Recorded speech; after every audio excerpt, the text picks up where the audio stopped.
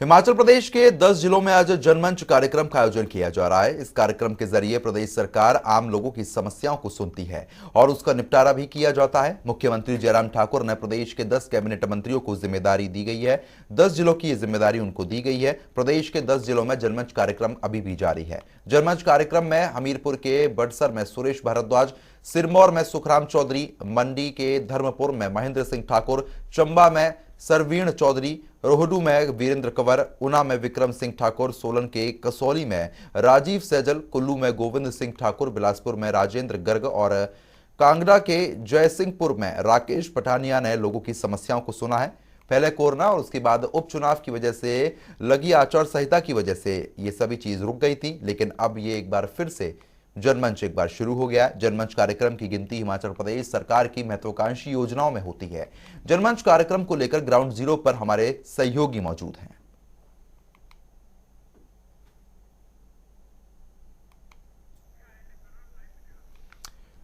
तो जनमंच कार्यक्रम की यहां पर शुरुआत हो गई है। 10 जिलों में जनमंच कार्यक्रम हो रहा है। 10 मंत्रियों को इसकी कमान भी सौंप दी गई है। ऐसे में सभी मंत्री लोगों की परेशानियों को सुन रहे हैं और तत्काल रूप से उसका निस्तारण करने का प्रयास किया जा रहा है। अधिकारियों को निर्देशित यहां पर कर दिया जा रहा है। जिस तरीके से आप तस्वीरों में देख पा रहे हैं, भारी संख्या में लोग यहां पर पहुंचे हुए हैं। हिमाचल प्रदेश सरकार की तरफ से महत्वाकांक्षी योजना है जनमंच कार्यक्रम।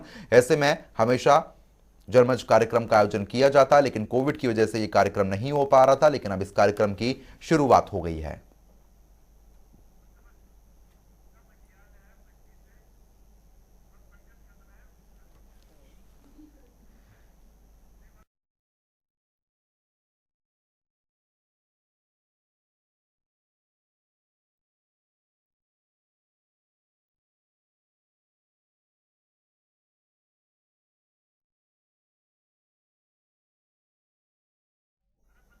और ऊना से हमारे संवाददाता पंकज भी हमारे साथ जुड़ गए हैं। पंकज और पूजा, जिस तरीके से लगातार कार्यक्रम का आयोजन यहां पर किया जा रहा है, ऐसे में पूजा क्या कुछ देखने को मिल रहा है, किन किन समस्याओं को निपटारा हो रहा है?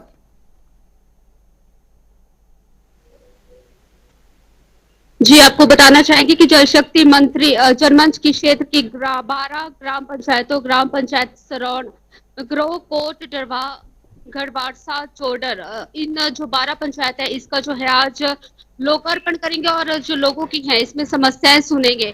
इससे लाभ उठाने के लिए जो एडीसी मंडी जतिन लाल है, उन्होंने भी लोगों से अपील की है कि भारी की भारी संख्या में लोग यहाँ पर पहुंचे और अपनी जो उनकी जन समस्याओं को लेकर जो उनकी समस्या है उसका जो प्रावधान है वो इस जन समस्या में होगा।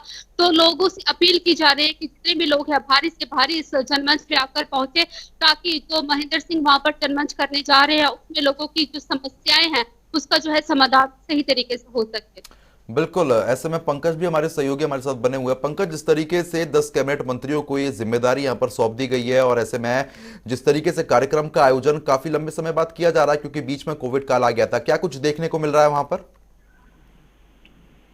जी, मैं आपको बता दूं कि आज जो 24वां जनमंच हुआ है, ये हुआ है ऊना जिला के गगरेट विधानसभा क्षेत्र के अधीन आते मुबारकपुर के राष्ट्रीय वरिष्ठ माध्यमिक पाठशाला में। यहाँ पर जहाँ उद्योग मंत्री विक्रम ठाकुर ने इस जनमंच की अध्यक्षता की, वहीं स्थानीय विधायक राजेश ठाकुर और ऊना उपायुक्त राघव शर्मा भी उपस्थित रहे। इस जनमंच की विशेष बात ये रही कि जनमंच से पहले प्री जनमंच का भी आयोजन जो है वो ऊना जिला में किया गया था।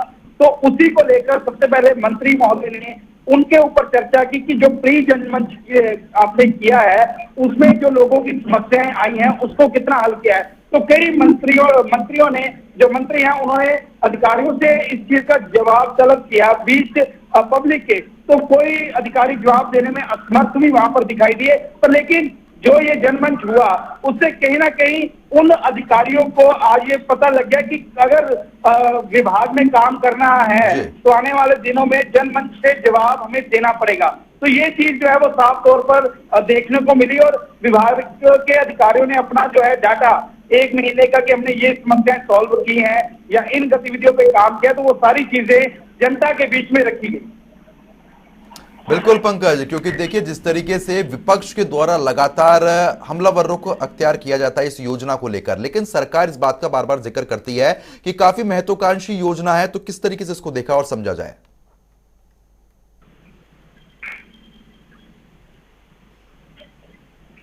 पंकज, मेरी आवाज पहुंच पा रही है अब तक? जी जी जी पंकज देखिए, जिस तरीके से जी, विपक्ष, प्रश्न द्वारा जी जी बोले। जी, जिस प्रकार से आपने कहा, विपक्ष हमेशा ही जनमंच को झंड मंच का नाम देता है। पहले भी हमने कई बड़े लीडरों के बयान जो है, कांग्रेस के बड़े लीडरों के बयान इसमें सुने, पर लेकिन कहीं ना कहीं आज का जो जनमंच, अगर मैं ऊना जिला की बात करूं तो काफी मात्रा में जो है यहाँ पर लोग पहुंचे थे, पर लेकिन समस्याएं मात्र 25 से 26 लोगों ने जो है वो दर्ज कराई थी। कहीं ना कहीं लोगों से हमने जब बातचीत की इस सारे मामले को लेकर, तो लोगों ने कहा कि काम तो हो रहा है, पर लेकिन जिस स्पीड से हम चाहते थे, जिस तरह प्रदेश सरकार का ये सपना था, उस प्रकार से अधिकारी जो है वो है, इसलिए हम लोग यहाँ पर जनमंच पर आ तो हमारे काम नहीं किए गए उनको बता रहे हैं। तो कांग्रेस हमेशा इसको निशाने, क्योंकि अभी चारों सीटों पर भारतीय जनता पार्टी की हार भी हुई है, तो कहीं ना कहीं कांग्रेस के लिए एक जनमंच को लेकर जो बयान उनका पहले से आ रहा था, वो कहीं ना कहीं यहाँ पर उनके लिए लाभदायक साबित होता हुआ नजर आ रहा है। बिल्कुल पूजा, ऐसे में महेंद्र सिंह भी लगातार लोगों की सुनवाई कर रहे हैं, उनकी समस्याओं का निपटारा किया जा रहा है, तो क्या कुछ देखने को मिल रहा है, क्या कुछ फायदा लोगों को वहां पर मिल रहा है? जी, आपको बताना चाहेंगे कि इस जो जनमंच में है, लोगों को ये सुविधाएं उपलब्ध करवाई जाएगी। आपको बता दें, यहाँ पर जो जनमंच कार्य चल रहा है, यहाँ पर आय व जाति प्रमाण पत्र, दिव्यांगता प्रमाण पत्र, इंतकाल शपथ पत्र और आधार कार्ड, परिवार रजिस्टर की प्रतिलिपि, स्वास्थ्य जांच सुविधा और उद्यान card, voter licence, digital ration card मौके पर बनाए जाएंगे।